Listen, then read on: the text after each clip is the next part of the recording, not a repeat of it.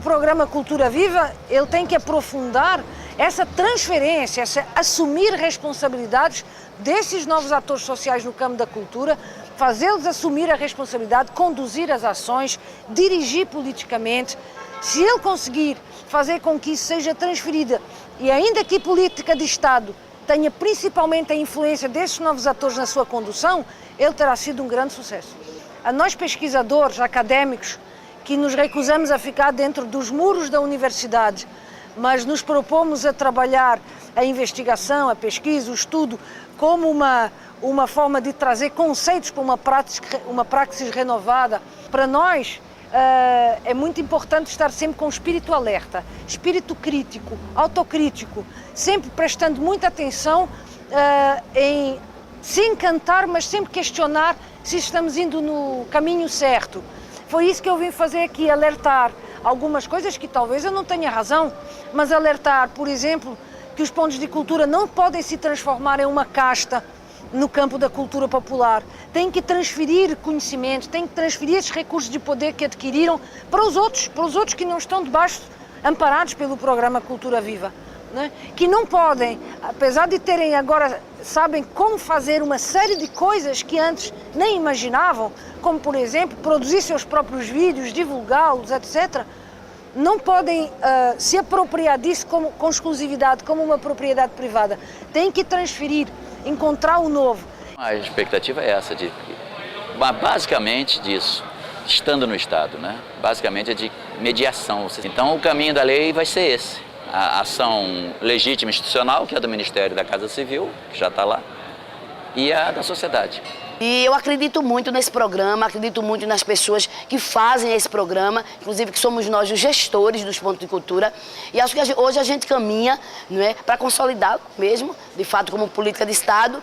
Eu acho que a gente vai ter esse momento, de fato, de entender a dimensão hoje, de que uma coisa quando é grande, ela passa por processos e ela, acredito eu, que vai caminhar para se consolidar bastante como um grande movimento, um grande programa da cultura brasileira. A gente consiga pressionar bastante para que isso, de fato, seja um legado da história do nosso povo, que é o programa Cultura Viva, se tornar um programa de Estado da nação brasileira.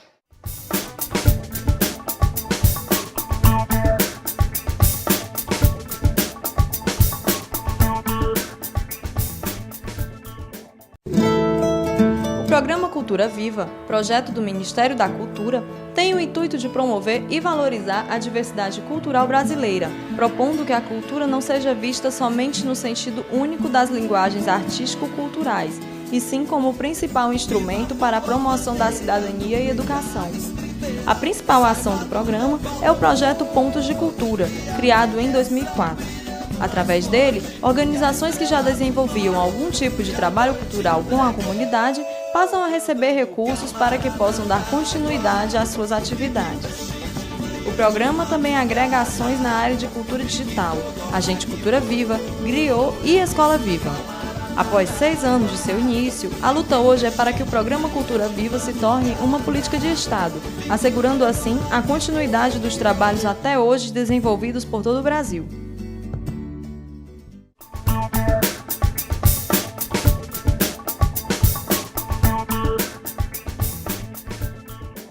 Eu acho que a própria diversidade que possibilita, né, o programa Cultura Viva é um referencial nessa proposta de também se construir um processo de comunicação mais democrático. Se você pensar que as experiências com os pontinhos de cultura, com os pontos de cultura, os pontões de cultura, né, alcançam todo o Brasil e as mais diferentes iniciativas, então todas essas experiências com certeza contribuem, né, para que a gente consiga democratizar o processo de comunicação. O mais interessante seria a gente pensar em políticas públicas que abarcassem a articulação dessas duas áreas, ou seja, a gente pensar conjuntamente cultura e comunicação, né, pela diversidade de experiências que hoje estão acontecendo, muitas delas propiciadas pelo programa Cultura Viva, a gente pode e acha que isso vai dar um resultado bem mais interessante. Em relação à articulação dos movimentos sociais em torno das políticas públicas, né, de comunicação e cultura, a realização das conferências, tanto de cultura e de comunicação, indicaram uma série de estratégias, né, que o governo, né, tem que seguir para transformar os anseios, né, dos movimentos sociais em políticas. Então, eu acho que os movimentos sociais têm que estar alertas e acompanhar o processo de implantação, né, dessas estratégias, né, e dessas políticas que foram definidas durante as conferências, seja de comunicação, seja de cultura. E também perceber que a implementação dessas políticas pode ser de forma articulada, né, e não separadamente, ora privilegiando comunicação, ora privilegiando cultura. O que eu acho ainda é que deve existir uma maior articulação entre os pontos de cultura. Eu acho que a política dos pontões de cultura dá uma grande contribuição em relação a isso, né? Mas eu acho que quanto mais a gente fortalecer essa articulação, né, entre os pontos de cultura, melhor a gente vai saber trabalhar essa relação entre cultura e comunicação.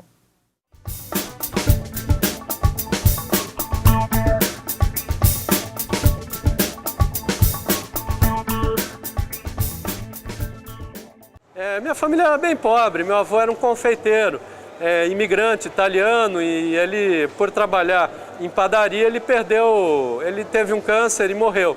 Um pouco antes dele morrer, para sustentar a família, ele vendia empadas. E eu saía com ele para vender empadas. Era um momento de caminhada, eu ia com ele, e ele conhecia tanta coisa, lia tanta coisa, falava de Jack London, O Lobo e o Mar, As Vinhas da Ira, que eu guardo até hoje, o final desse livro. Depois fui lendo do John Steinbeck, tantas histórias que a gente vai encontrando, e eu fico me imaginando alguém que via de fora, né? Lá um velho com um menino pequeno andando pelas ruas da Vila Industrial, um bairro proletário lá da cidade de Campinas, poderia imaginar o que está se passando por aí. Está se passando um processo de profunda transmissão de conhecimento, de profundo respeito.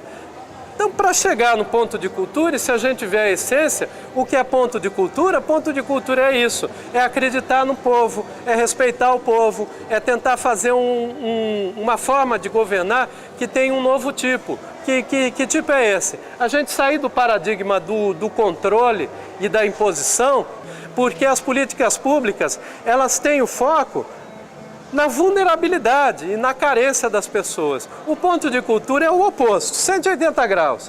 Ele olha para a potência, para a capacidade de agir e de transformar. Ponto de cultura é isso, por um ponto, tudo vai começando por um ponto, por uma atitude, por uma forma de reflexão. E ao fazer isso a gente vai mudando rotas, vai mudando caminhos. Ponto de cultura é vida, é fluxo, não é acabado, nunca será. É isso aí. Através do site do Ministério da Cultura, você pode acessar diversas informações a respeito do programa Cultura Viva e outros projetos do Ministério.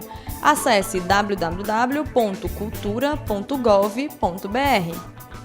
O livro Pontos de Cultura, o Brasil de Baixo para Cima, foi escrito por Célio Turino, que é idealizador dos Pontos de Cultura. Na obra, o autor apresenta relatos sobre a experiência vivida através do projeto.